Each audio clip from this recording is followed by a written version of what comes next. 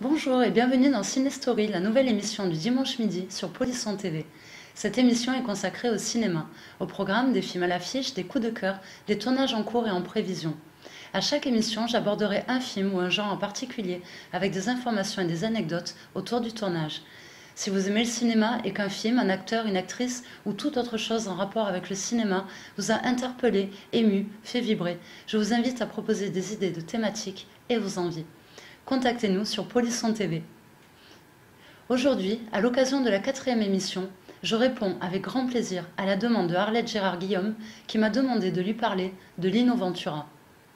Parler de Lino Ventura, c'est parler d'un monument, et cette gueule du cinéma français mérite qu'on s'y attarde. D'ailleurs, pas moins de 7 livres biographiques lui sont consacrés, dont 3 écrits par sa propre fille, Clélia Ventura. Lino Ventura, de son vrai nom Angiolino Giuseppe Pasqualino Ventura, est né à Parme, en Italie, le 14 juillet 1919 et il est mort le 22 octobre 1987 à Saint-Cloud en France. Ce fils d'immigrés italiens est arrivé sur le sol français à l'âge de 8 ans, âge auquel il a quitté l'école pour aider sa mère en faisant 1000 petits métiers. C'est cette année-là que son père a disparu dans la nature, laissant mère et fils sans nouvelles, définitivement. L'acteur restera toujours discret quant à l'évocation de son père et de cette épreuve de sa vie. Il est aussi resté fidèle à ses origines en conservant sa nationalité italienne. Ce qui est drôle, c'est qu'il parlait parfaitement le français sans aucun accent et l'italien avec une pointe d'accent français. Sa première vocation n'a pas été le cinéma, mais la lutte, sport dans lequel il a excellé aux alentours de ses 16 ans. Il s'est fait enrôler dans l'armée italienne au cours de la Seconde Guerre mondiale et a fini déserteur en 1943 pour rejoindre sa femme. Il s'est caché dans une grange à Barassé, qui par la suite aura son histoire, ce que je vous expliquerai plus tard. Après la guerre, il devient catcheur, principalement parce que ça paie mieux que la lutte d'abord, puis il monte les échelons, jusqu'en 1950, où il obtient le titre de champion d'Europe des poids moyens en Italie. Lino Ventura a une vie riche et mouvementée, une enfance qui a été bâclée par le manque de père et d'argent, une jeunesse estropiée par l'appel de la guerre et ses horreurs. Tous ces événements lui ont, semble-t-il, donné l'âme d'un battant et d'un sportif. Sa carrière de catcheur prendra toutefois fin en 1950, lorsqu'un de ses adversaires le projeta contre des chaises métalliques lui valant une double fracture à la jambe. En 1953, Lino n'a rien d'un acteur, car Lino est tombé dans le cinéma par hasard, ou c'est plutôt le cinéma qui lui est tombé dessus. C'est un ami à lui qui lui parle de lui au réalisateur Jacques Becker, qui cherchait un homme au physique taillé pour donner la réplique à Jean Gabin dans Touchez pas au Grisby. Le Grisby est un mot d'argot, signifiant argent. Sa présence à l'écran est si remarquable que ce rôle lui ouvre les portes du cinéma. Sa tronche, sa prestance à l'écran, son naturel et son attitude font de lui l'acteur idéal pour jouer dans les films noirs des rôles de flics et de truands.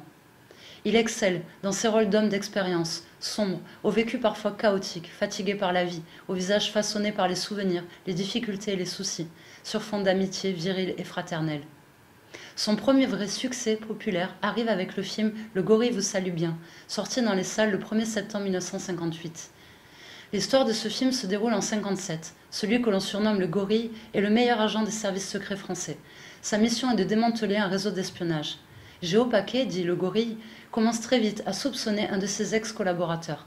Malheureusement, le gars en question se fait tuer au cours d'une descente et il a juste le temps de donner le nom du chef du réseau mafieux, un certain William Veslo, travaillant à l'ONU.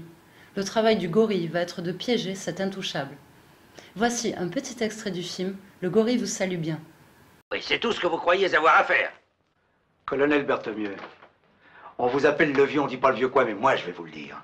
Vous, comme directeur de mission service secret français, vous m'avez demandé de vous rapporter le nom d'un personnage qui trafiquait des plans du BK7.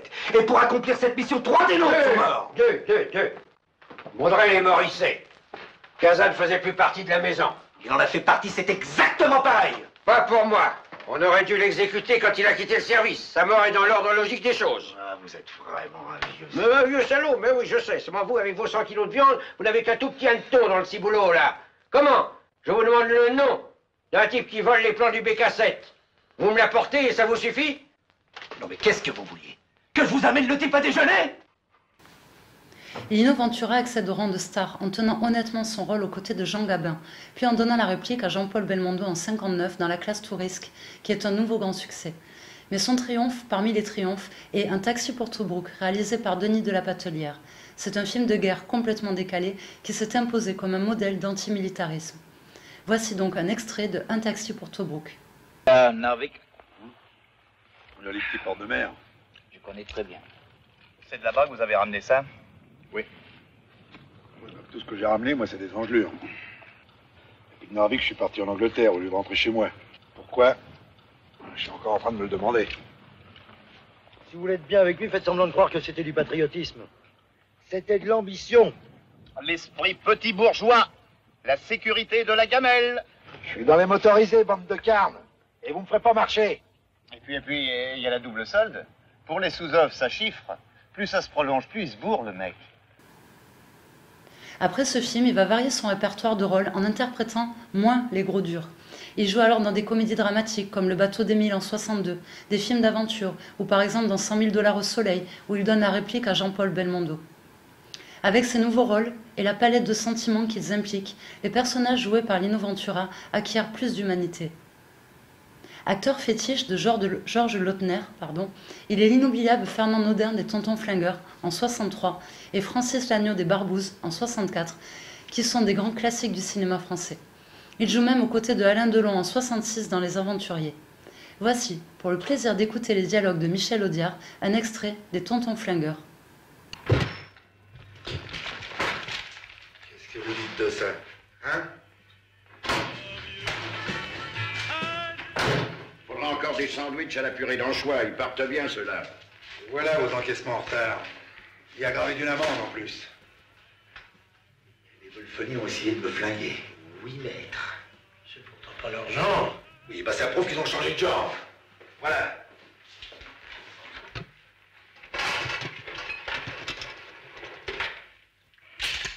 Quand ça change, ça change. Faut jamais se laisser démonter. Vous croyez qu'ils oseraient venir ici? Les cons, ça ose tout. Et c'est même à ça qu'on les reconnaît. Deux rôles principaux dans des films devenus des classiques, réalisés par Jean-Pierre Melville, Le Deuxième Souffle en 66 et L'Armée des Ombres en 69. Il jouera en 69 dans le mémorable film Le Clan des Siciliens de Henri Verneuil. Lino est à l'aise dans le film d'aventure. L'aventure, c'est l'aventure. La comédie pure, par exemple dans L'Emmerdeur. Le drame, dans La Gifle, avec Isabelle Adjani. Et le polar, comme dans Radio Poulet. Le talent de Ventura se bonifie avec le temps et son face-à-face avec Michel Serrault dans Garde à vue en 1980 est salué par la critique. Lino tourne pour la télévision dans Les Misérables en 1983 où il reprend le rôle de Jean Valjean, jadis tenu par son ami et mentor Jean Gabin. Le 26 février 1983, à la 8e cérémonie des Césars, il est nommé pour le César du meilleur acteur pour son interprétation dans Les Misérables.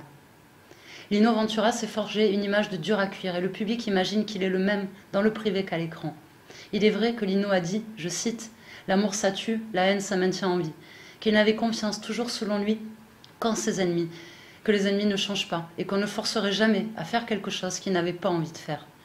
Mais cet homme est finalement très pudique. Il se décrivait lui-même comme un comédien d'instinct, que personne ne verrait jamais tout nu avec une femme à l'écran en train de batifoler et trouvait complètement ridicule que la publicité d'un film soit basée sur la longueur d'un baiser.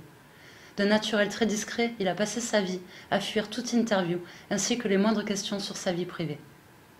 Le dernier film dans lequel Lino Ventura a fait une apparition est La Rumba de Roger Hanin, sorti en 1987. Il est décédé cette année-là d'une crise cardiaque. Alors, monsieur Lino Ventura, comme tu étais très pudique et que tu n'aimais pas parler de toi, accorde-moi, s'il te plaît, une interview spéciale, réplique. Et Lino, tu en penses quoi de la relation d'Antoine et Patricia ?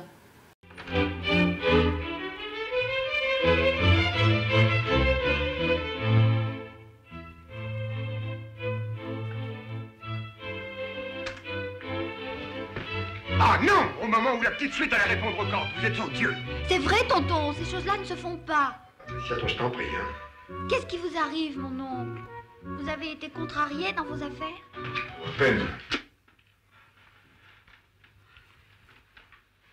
Si ça ne vous fait rien, monsieur Delafoy, j'aimerais bien avoir une petite explication. Mais remettez d'abord vos chaussures, vous êtes ridicule. Qu'est-ce que vous voulez que je vous explique, cher monsieur? Tout ça. Lumière tamisée, musique douce. Et vos godasses sur les fauteuils. Louis XVI.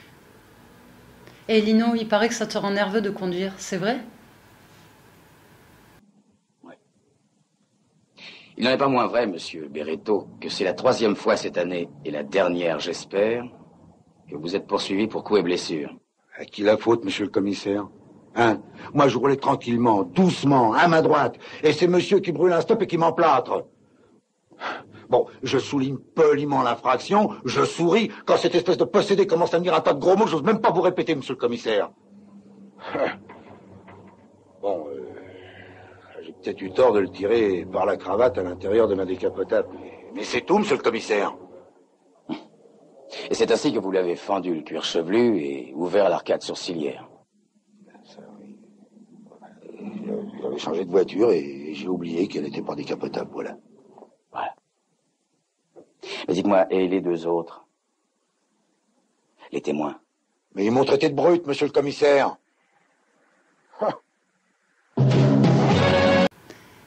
Et Lino, qu'est-ce que tu as mangé aujourd'hui? Oui, c'est ce que vous avez. Aujourd'hui, nous avons le plat de côte, ou les paupiettes, ou le civet de lapin.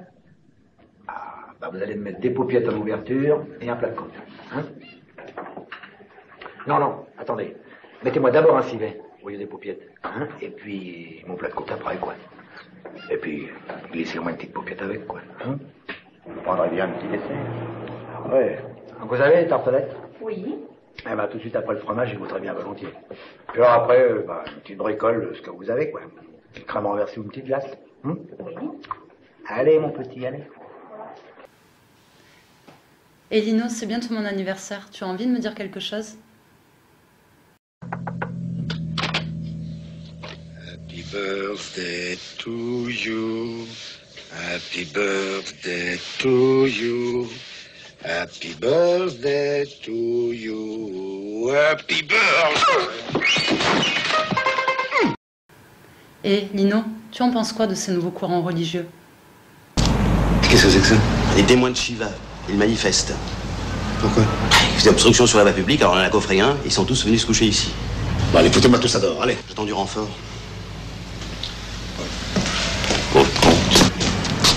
Comment?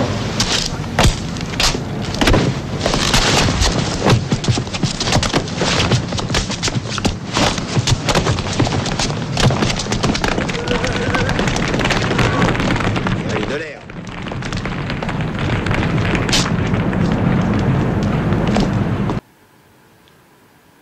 Merci, monsieur Ventura. Avant de se dire au revoir, on trinque? De l'alcool à cet âge-là. Non, mais c'est un scandale, hein. Nous, par contre, on est des adultes. On pourrait peut-être s'en faire un petit. Hein? Ça le fêtait.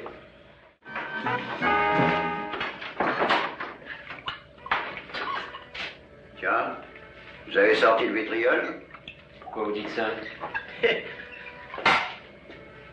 y a pourtant la honnête. Sans être franchement malhonnête, au premier abord, comme ça, il a l'air assez curieux. Il date du Mexicain, du temps des grandes heures. Seulement, on a dû arrêter la fabrication. Il y a des clients qui devenaient aveugles. Alors, ça faisait des histoires. Allez. Vous voulez quelques anecdotes autour de ces films? En voici. Pour les besoins du tournage du film L'aventure, c'est l'aventure, réalisé par Claude Lelouch, Lino Ventura et Charles Gérard doivent jouer une scène dans un ascenseur. Claude Lelouch, voulant les cadrer en contre-plongée, devait s'accroupir avec sa caméra. Mais Lino et Charles, appuyés contre la paroi de l'ascenseur, fléchissaient discrètement leurs genoux, ce qui forçait Claude Lelouch à se baisser à chaque fois un peu plus pour les cadrer comme il faut. C'est seulement quand Claude Lelouch se retrouva carrément à plat ventre par terre qu'il comprit leur stratagème en les voyant à genoux dans l'ascenseur. Aussi, l'origine du film Ne nous fâchons pas est assez marrante. Un soir, Lino, son épouse et Michel Audiard se rendaient à un dîner chez des amis. Ils ont croisé sur le chemin des automobilistes en train de s'insulter copieusement. Fidèle à lui-même, Lino Ventura est intervenu pour les calmer, la médiation se terminant par de solides coups de pied aux fesses, qui leur asséna tour à tour. Il n'en fallait pas plus pour Michel Audiard, qui, ayant tout mémorisé de cette scène improbable, en a fait le point de départ du film, reprenant le slogan de la sécurité routière de l'époque, « Ne nous fâchons pas ». La scène d'introduction du film est directement liée à cette petite histoire. Vous souvenez-vous que le film L'Emmerdeur avec Jacques Brel et Ventura a été tourné à Montpellier? C'est peut-être l'occasion de voir ou de revoir ce film et d'admirer les extérieurs pour regarder le Montpellier de l'époque. Dans le film, Lino devait exécuter son contrat depuis un hôtel face au palais de justice. Comme il n'en existait pas, l'équipe de tournage a transformé un immeuble en hôtel pour avoir les bonnes prises de vue intérieure-extérieure. Lino Ventura n'aimait pas trop jouer dans de la pure comédie, comme ici dans L'Emmerdeur. Il a finalement joué son rôle comme un vrai rôle de tueur dans un polar normal.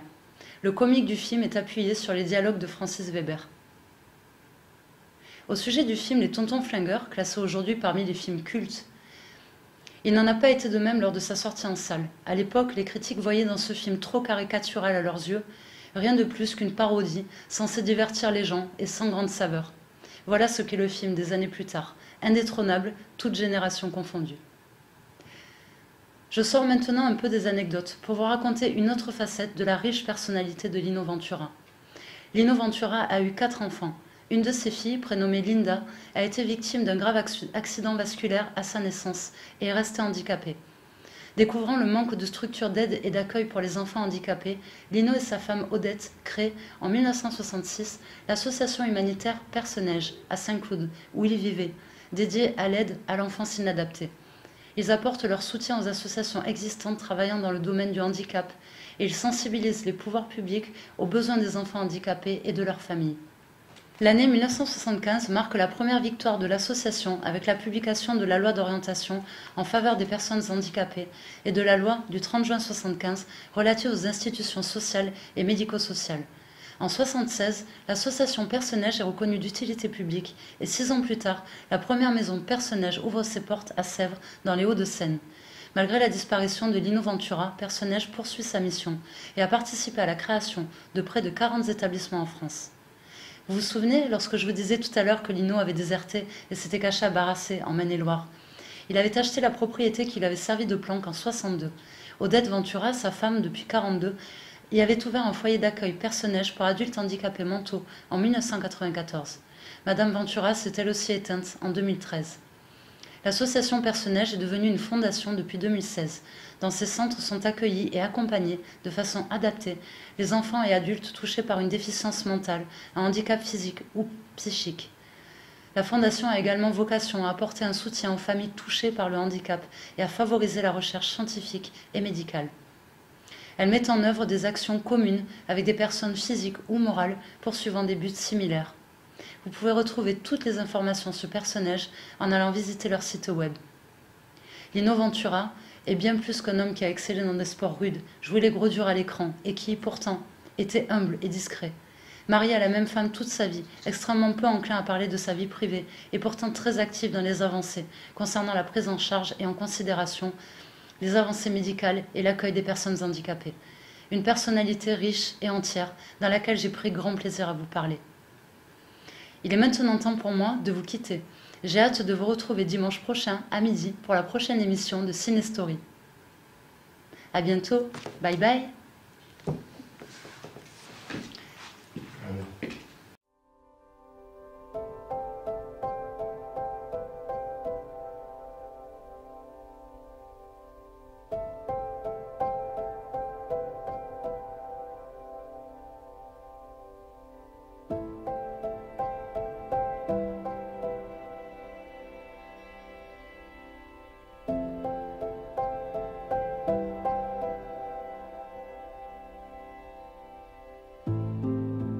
Tout a commencé en 2002, il y a une quinzaine d'années.